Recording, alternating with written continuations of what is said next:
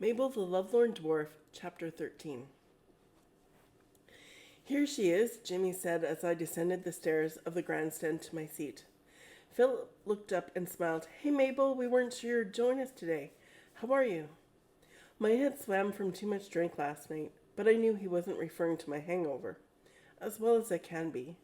The pain medication certainly helps, I said, walking past him and Jimmy, asking Emma and Ben to move over so I could sit between her and Zach. I didn't want to be near Jimmy yet. Several others from the Gilliam mines filled up the row, and I briefly considered sitting at the other end altogether. Or maybe I should have joined Dad and my brothers, who sat a few rows back. The medics gave me more effective medicine than the sludge from Emma. The clear liquid, sweet like wild berries, relaxed my muscles enough to ease the pain, so hopefully they could heal, but not enough to numb all senses in my arm or make me pain-free. What had Frankie said yesterday about the medicine from Emma? The medics thought it had been one of the causes of the potentially lifelong damage to my shoulder. It couldn't have. She would never give me something harmful, not on purpose. She gave it to me because she's my friend. She had no reason to be jealous of me. Although, when my beard started growing before hers, she made a fake one. Maybe she knew I tricked her into finding the right place to mine so she could discover her first emerald, and she didn't want to work with me anymore. Maybe she knew she didn't want me to attract the attention of any fellows in the region. Not like I attracted any, but she never noticed if I had a fellow or not. She could have asked to transfer to a different team, or asked me to move elsewhere if she thought I'd outperformed her. She didn't have to poison me. Emma would not poison me. Ooh, Philip, look, Emma leaned across me and Zach. The boulder toss is about to start. Didn't your dad compete in that when he was younger? And yet, why wouldn't she? I'd made it so easy for her. I kept asking her for more of the drug. I kept asking her to make it stronger. I never asked for the recipe, so she had to keep making it for me.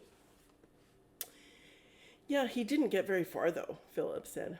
I guess it's a good thing losing doesn't hamper anyone's chances of finding a mate. Emma looked right at me. What did she mean by that? I should be grateful some fellow might pity me and want to be my mate even though I'm a loser. If you look at all the beards of any of the winners, they're uninterested, which is probably why they win, Philip said. They spend all their time practicing. Thanks. Thanks a lot. I should have declared myself an uninterested because I spent so much time practicing and lost any chance of finding a mate.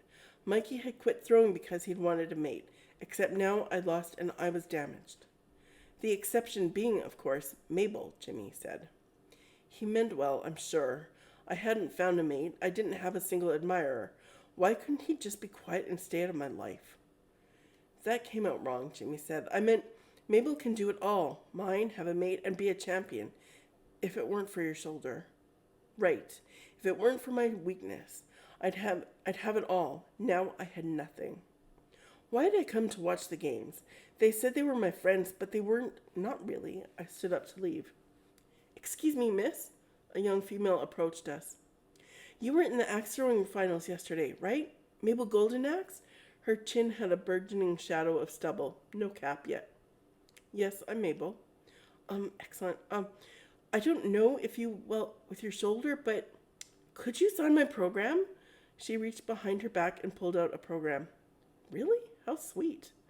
No, she can't, Jimmy said. I wish he'd stop interfering with my life. I can try, though I can't promise it will be pretty or legible, I said over Jimmy. Zach made Jimmy and Philip trade places with us. She really shouldn't do this, Philip said. It's only one, Zach said. She's suffered enough. Let her enjoy the fame. The young dwarf passed me a quill and held a small jar of ink. I clenched my teeth to hide the pain as I took off the sling, dipped the quill, and attempted to scribble my name on the page. I ended up with only an M. You were amazing yesterday, she said. I hope they can fix your shoulder because I'd love to see you compete in the future. I handed back the program and quill. Thanks. It doesn't look like I will be throwing not for a while anyway. I snuck a peek at Emma and wished that dwarves had the same mind-reading capability as elves. She didn't look jealous of the attention I received, upset for my injuries or that I might be well enough to write. Her attention was focused on the start of the boulder toss competition and snuggling up to Ben. I'm so sorry, my friends and I. She pointed at a group of females back at the section entrance. We are so excited to finally have a female thrower to cheer for, one who is a miner, not a warrior. You've inspired us to take up axe throwing. Wow, even with my injury, I'd inspired someone to pursue their dreams. I'll watch for you then, I said. She giggled, cheeks a rosy blush. Her friends were now at her side, thrusting their programs at me. Please sign ours too, they said. I hesitated. Emma sniffed. If I'd looked at her, I bet I'd have seen her roll her eyes and get closer to Ben. Mabel, don't, Jimmy said. I ignored him. He had no right to speak to me. Not now. Please, the girl said. Sure. Zach, can you hold the ink and programs for me? He took the first program and held it steady for me. I had to keep my arm as still as possible, and writing definitely hurt, but not as much as it could have. I scribbled an M as best I could. Are you sure you should be doing this? Emma asked. Like she really cared if I did more damage to my shoulder. It's only a few. I glanced up. A line had formed up the stairs and back to the section entrance. Surely they weren't all here to get my autograph. Most of them probably thought they were in line for someone else. Word would reach them soon enough and they'd move on. Until then, I'd sign as long as my shoulder allowed. It's fine. Right. Emma stepped past us into the aisle. It didn't take long, and we had an assembly line going. Zach held the programs for me to sign. When I finished, Emma handed the programs back to their owners. Every now and then, I snuck a peek at Emma. I couldn't tell if she helped because she was my friend and happy so many wanted to congratulate me on my performance and get my autograph, or if she wanted me to do more damage to my shoulder. To my surprise, the line didn't shrink. It grew. I wanted the potion from Emma. The new medicine didn't numb all feeling in my arm the way the stuff from Emma did. At the moment, I didn't care how much damage it had done and would do to me. I just wanted to keep signing and not disappoint anyone, especially since every one of them wished me well and hoped my shoulder healed quickly. Mabel, stop, Frankie said behind me. I wanted to, but I had to keep going. I didn't want to be rude and turn anyone away. My M got sloppier and looked more like a squiggly line than anything. Excuse me, coming through. Frankie pushed his way through the line and down the stairs to my row. This is the last one, Mabel, he said, as I took a program and signed it. He stopped the next door from handing his program to Zach. Thank you, everyone, Frankie raised his voice. Mabel will be unable to sign any more autographs at this time. Everyone in line groaned. She appreciates all your support and well wishes. As I'm sure you can understand, she needs to give her shoulder time to heal. He waved the last of them away. Frankie turned to me ready to lecture, but he stopped before he uttered a word when he saw my relief. I would have stopped earlier if Jimmy hadn't been the one urging me to. Thank you, I said, replacing my sling. Frankie commandeered Zach's seat. You have to take care of yourself. No one needed to have your autograph. They could have come to wish you well and congratulate you on your performance yesterday. He dropped his voice to a whisper. Unless you want your mining career to be over forever, you must stop using your arm for a while. If necessary, one of us will feed you, and we can get someone to help you dress. Frankie gave the seat back to Zach and turned to my friends. Don't ever let her sign programs, or anything else for that matter, again. Sorry, Frankie, thanks, Zach said. It's all right. She's a sly one, our Mabel.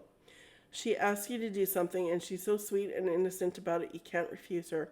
I want all of you, but especially Jimmy and Philip, to be firm with her and not let her get away with anything. That ought to be easy for them, especially Jimmy. He had no problem reporting what I do to Frankie. Jimmy and Philip? Emma asked. Why not me? I'm her best friend. Exactly, Frankie said. What do you mean? You probably knew before anyone else about how bad her injuries were, Frankie left Emma speechless and went back to his seat. We all turned our attention to the competition floor. I'd completely missed the first round of the boulder toss. Full armor sprints were next. Frankie shouldn't put all the blame on Emma.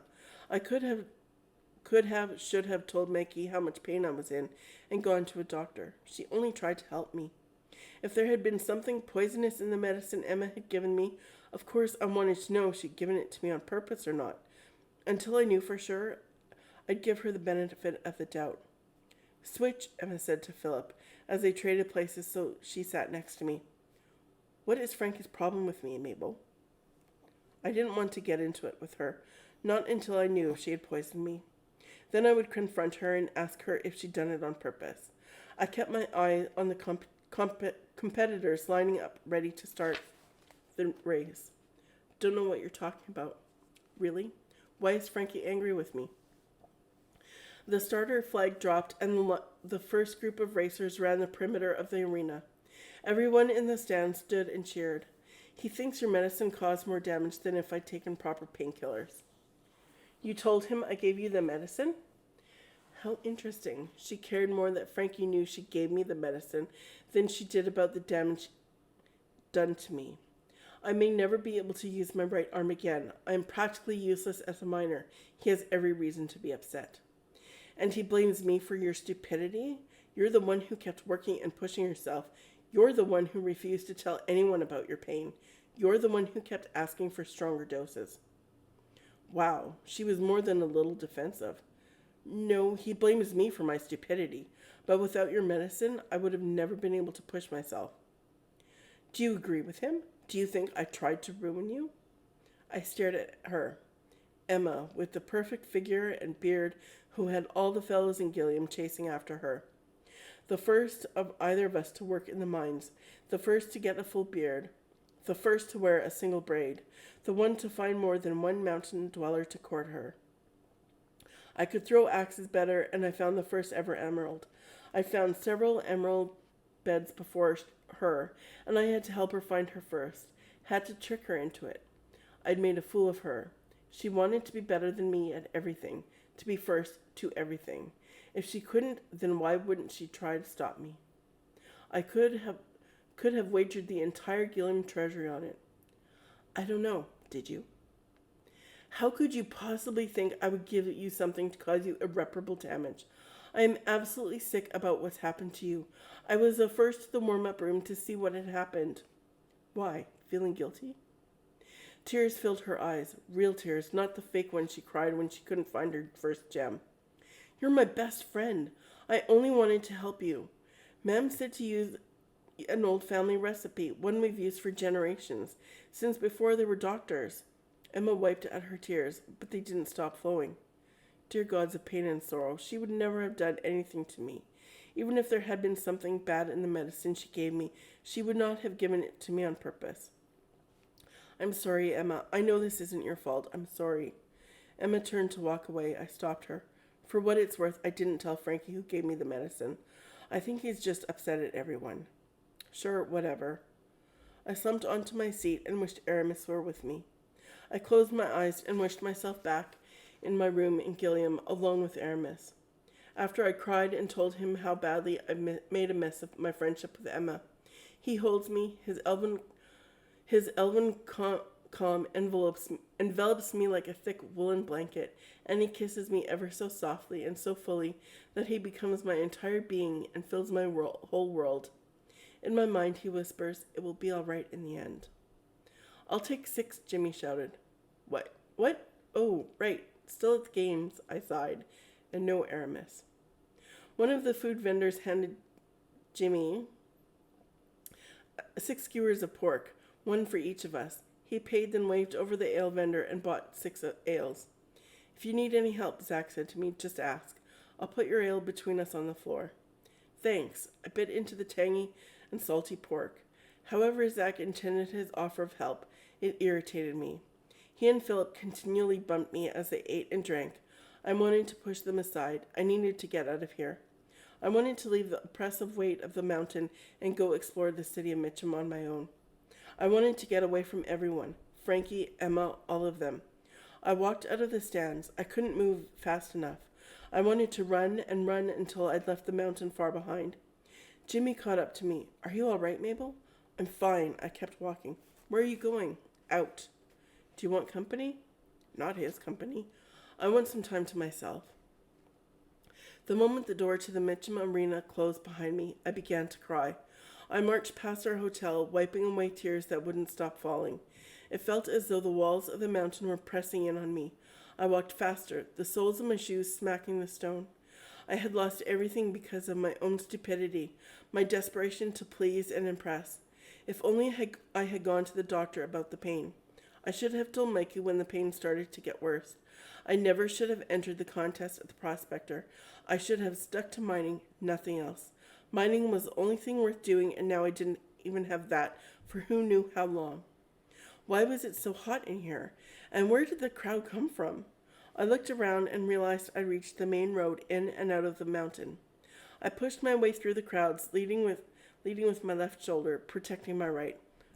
Really, why weren't these dwarves at work or at the games?